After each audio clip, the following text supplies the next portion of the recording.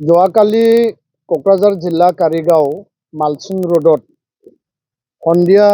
সময়ত যি এটা অপ্ৰীতিকৰ যি ঘটনা আৰু এই ঘটনাত চিকনা জহলাও ওৰফে ৰাজা বিস্মিত বসুমতাৰী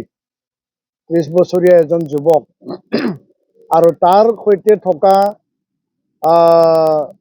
প্ৰভাত ব্ৰহ্ম আৰু তাৰ পুত্ৰ জাগিৰাজ ব্ৰহ্ম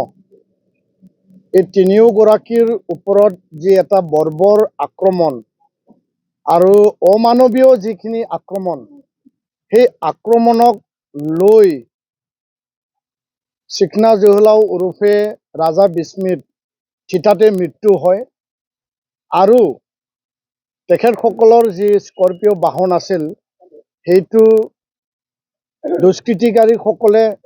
হত্যা কৰি পেলাই তাক জ্বলাই দিয়ে, গাড়ীখন জ্বলাই দিয়ে। আৰু এই ঘটনাক নিখিল বড়ো ছাত্ৰ সন্থাৰ তৰফৰ পৰা আজি আমি তীব্ৰ ভাষাৰে আমি গৰিহণা দিছোঁ আৰু এই ঘটনা কি কাৰণত হ'ল, কিয় হ'ল, কেনেকৈ হ'ল, ক'ৰ পৰা এইটো সংঘটিত হ'ল, যিহেতু আমি জনাত এই তিনিওগৰাকী এই ছাইডত বিভিন্ন সময়ত তেওঁলোকৰ বিভিন্ন কামৰ কাৰণে গৈছিল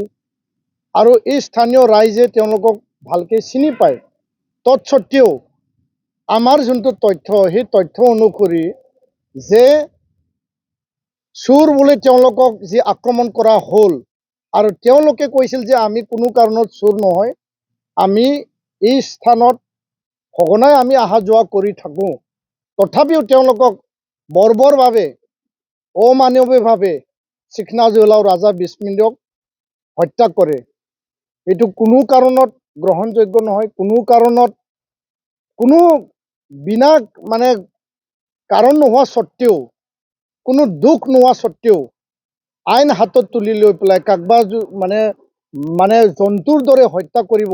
সেই ঘটনাটো আমি নিন্দা কৰিছোঁ, গৰিহণা দিছোঁ। আৰু যিসকলে এই ঘটনাৰ লগত জড়িত আছে, যিসকলে এই ঘটনাটো সংঘটিত কৰিলে, তেওঁলোকক অতি শীঘ্ৰে কৰায়ত্ব কৰি পেলাই কঠোৰতম শাস্তি বিহিব লাগে। কোনো কাৰণত এই পাব্লিক মুভত যিখিনি মানুহে এই ঘটনাৰ লগত জড়িত আছিল, লাঠি শিলগুটি লৈ পেলাই যি ধৰণে হত্যা কৰা হ'ল আৰু দুগৰাকীক মুমূৰ্ষ অৱস্থাত পেলাই থৈ গ'ল, তেওঁলোকৰ ওপৰত কঠোৰ পৰা কঠোৰতম ব্যৱস্থা হ'ব লাগে। অসম চৰকাৰক আমি দাবী জনাইছোঁ, মুখ্যমন্ত্ৰী ডাঙৰীয়াক আমি দাবী জনাইছোঁ,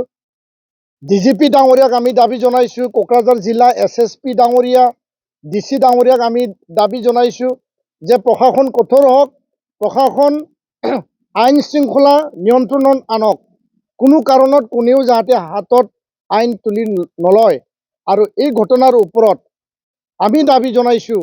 যে এটা উচ্চ পৰ্যায়ত তদন্ত হ'ব লাগে। কিয় কোনো কাৰণ নোহোৱা স্বত্তে তেওঁলোকক কিয় মাৰিলে, কিয় হত্যা কৰিলে, কি কাৰণ আছিল, কাৰ প্ৰৰোচনাত হত্যা কৰিলে, কোনে অচুতনি জগাই পেলাই হত্যা কৰিলে, সেই কথাটোলৈ আমি যোৱাকালি ঘটনাটো আমি নিখিল বড়ো ছাত্ৰ সন্থাই আমি দাবী জনাইছোঁ, আহ্বান ৰাখিছোঁ। মানুহৰ জীৱন আৰু সম্পত্তিৰ নিৰাপত্তা যি শান্তি যি বিৰাজমান আছিল, সেই শান্তিটো কোনে ভংগ কৰিব বিচাৰিছে, কোনে অশান্তি সৃষ্টি কৰিব বিচাৰিছে, যোৱাকালি ঘটনাটো আমি সেইটো কৈছোঁ। আৰু এই ঘটনাটো লৈ পেলাই আজি ৰাতিপুৱা ভাগৰ পৰা এই হত্যাকাণ্ডৰ প্ৰতিবাদত এতিয়া মানুহ ওলাই আহিছে ৰাজপথলৈ, ৰাজপথ বন্ধ কৰিছে আৰু কিছু অপ্ৰীতিকৰ যিখিনি ঘটনা লণ্ড ভণ্ড কৰা, কিছু ৰাইজৰ যি এটা পাব্লিকৰ যি এটা চেণ্টিমেণ্ট আৱেগ, এই হত্যা কিয় হ'ল, কেনেকৈ হ'ল, এই আৱেগত কিছুমান যিবিলাক এতিয়া ঘটনা চলি আছে, সেই ঘটনাটো প্ৰশাসনে, চৰকাৰে, জিলা আয়ুক্ত আৰু আৰক্ষী আয়ুক্তই অতি শীঘ্ৰে নিয়ন্ত্ৰণত আনিব লাগে, ৰাইজৰ লগত আলোচনা কৰিব লাগে, ৰাইজৰ লগত আলাপ আলোচনা কৰি পেলাই নিয়ন্ত্ৰণত আনিব লাগে। আৰু আমি দাবী জনাইছোঁ যে দোষী শাস্তি পাবই লাগিব, দোষী কৰায়ত্ব কৰিবই লাগিব আৰু দোষীক চৰম পৰ্যন্ত আইনৰ আওতাত শাস্তি বিহিব লাগিব। আৰু এই হত্যাকাণ্ড কিয় হ'ল, এই চিকনা জহলাওৰ হত্যাকাণ্ডৰ আমি ন্যায় বিচাৰিছোঁ, বা ৰাজা বিস্মিনৰ হত্যাকাণ্ড আমি ন্যায় বিচাৰিছোঁ। এই দুৰ্ভগীয়া পৰিয়ালটো, দুৰ্ভগীয়া এই ল'ৰাজনক আমি ন্যায় বিচাৰিছোঁ নিখিল বড়ো ছাত্ৰ সন্থাই। আৰু বৰ্তমান যি পৰিস্থিতি আমি শুনিবলৈ পাইছোঁ, যি পৰিৱেশ পৰিস্থিতি এতিয়া ঘটনা পৰিঘটনা যিবিলাক উত্তেজনা চলি আছে, নিয়ন্ত্ৰণৰ আনিবৰ কাৰণে প্ৰশাসন আৰু চৰকাৰে কাম কৰক। নিখিল বড়ো ছাত্ৰ সন্থা আমি আহ্বান জনাইছোঁ যে আইনৰ গণ্ডিত হত্যাকাৰীয়ে শাস্তি পাব লাগিব, হত্যাকাৰীক ফাঁচি দিব লাগিব আৰু আইন যাতে হাতত তুলি নলয়, কোনেও আইন যাতে ভংগ নহয়, ইয়াৰ কাৰণে সকলোকে শান্তি সম্প্ৰীতি বজাই ৰাখিবৰ কাৰণেও আমি আহ্বান জনাইছোঁ। আৰু যি সান্থাল জনগোষ্ঠীৰ কিছু দুষ্কৃতিকাৰীয়ে কৰা বুলি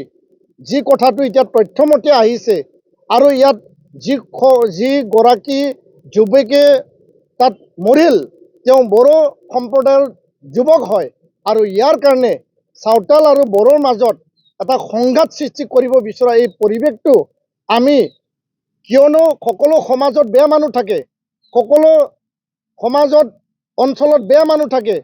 বেয়া মানুহে যি ঘটনা কৰিছে বেয়া মানুহৰ ওপৰত একশ্যন লওক, কিন্তু জাতি আৰু জাতিৰ মাজত এই বিভেদ আৰু বিভাজন যাতে নহয়, তাৰ কাৰণে আমি সান্থাল জনগোষ্ঠীৰ লোকসকলৰ লগতো আমি আলোচনা কৰিছোঁ যে বেয়া মানুহক আপোনালোকে ওলাই দিয়ক আৰু কি কাৰণত হত্যা কৰা হ'ল, কিয় হত্যা কৰা হ'ল, ইয়াৰ কাৰণে উচিত বিচাৰ তদন্ত ন্যায় আমাক লাগে। আৰু এই পৰিৱেশটো যাতে সকলোৱে সংযম হৈ পেলাই শান্তি বৰ্তাই ৰাখিবৰ কাৰণে, সমন্বয় বৰ্তাই ৰাখিবৰ কাৰণে যাতে সকলোৱে মানে কাম কৰে, তাৰ কাৰণে আমি আহ্বান জনাইছোঁ, আমি দাবী ৰাখিছোঁ। ধন্যবাদ।